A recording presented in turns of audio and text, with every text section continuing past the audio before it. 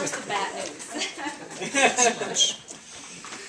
Fellow Toastmasters and honored guests, good evening. First, the bad news. I came prepared this evening to give you a speech about attaining goals and to accomplish the things that are really important to each and every one of us. And I was going to undergird that speech, given that this is speech number 7, with statistical analysis and scientific research in order to show whatever it is that I was going to say.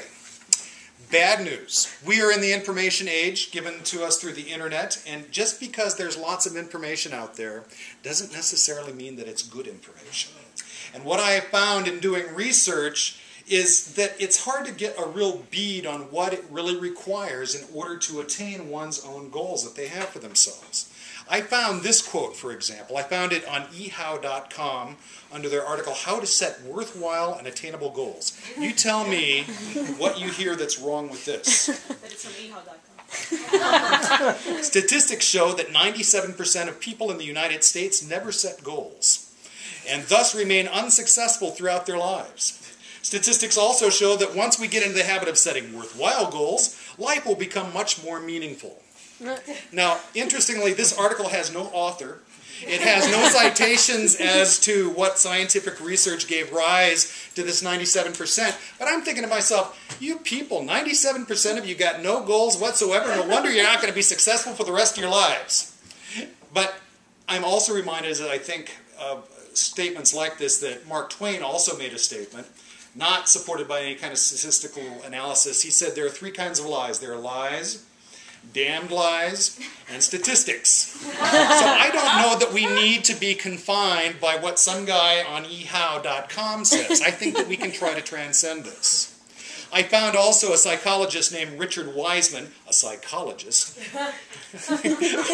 Where he went to school, I don't know. He wrote a book. I have no idea if it's any good. It's called 59 Seconds. It was published in 2010, and he states that methods for goal attainment, such as motivating oneself by focusing on someone who has achieved a similar goal, to thinking about the bad things that will happen to you if you don't achieve the goal, to suppress unhelpful or negative thoughts about your goal and how to achieve it, and fantasizing or visualizing about how great your life will be when you achieve this goal.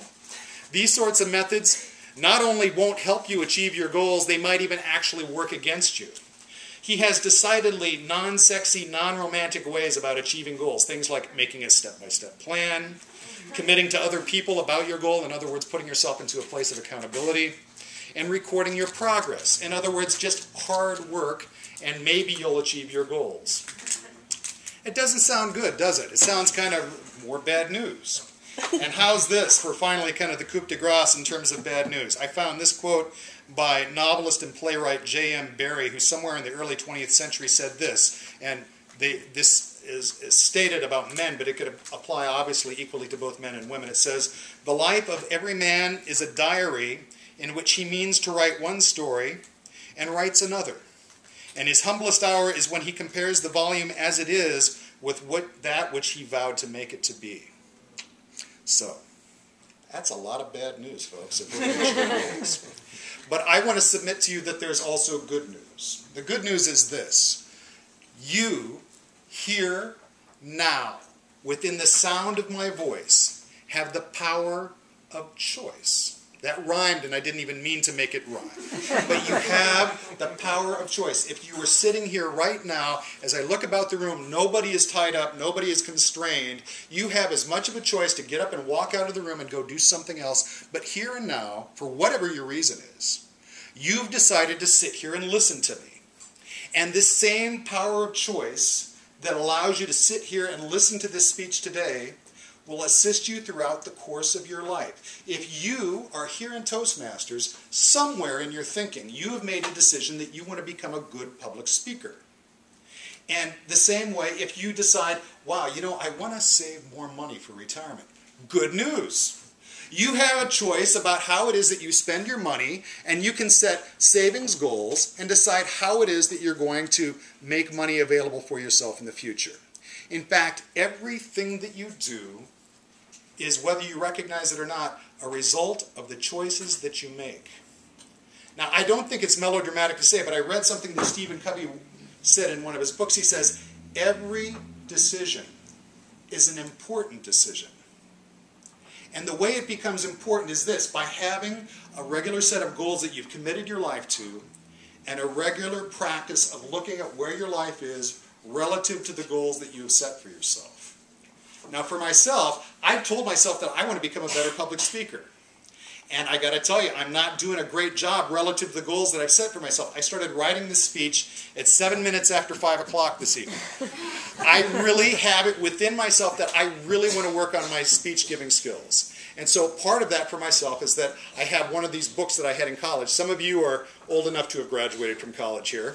And I look at and it's a collection of essays, and then at the end it has a series of questions about the essay, and then it says, write an essay of your own about this. And what I have purposed for myself to try to do 5 times a week is to read a chapter from that book, and then look at the essay itself, and they're from diverse sources, everything from Woody Allen to Albert Einstein to Bertrand Russell to Madame Curie.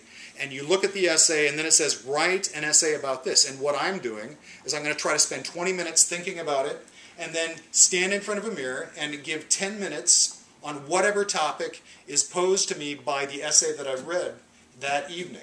And I want to become well-versed at thinking about a mass of information and then applying myself to speaking well, cogently and concisely about that topic.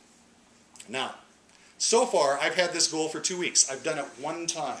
But I have hope. I have hope that the power of choice will enable me to begin to sit down on a regular basis, and sometime before I go to bed at night, to spend a half hour engaged in this discipline. And my hope is that through the exercise of that discipline, and by the power of choice, I will be able to become a better speaker. I really, really want to do this. But the choice is the operative issue. The choice that I make to step into that discipline, the choice that I make to grow in that area of my life is going to be what causes me to either accomplish this goal or not. The same power of choice exists for you tonight. So the good news is, despite all the bad news, despite all the naysayers, despite all the people that say you haven't got much of a chance of getting anything done in your life, you can show them all wrong. You can make choices. And you can grow in whatever area of your life that you purpose to do so. And I look forward to seeing what you accomplish.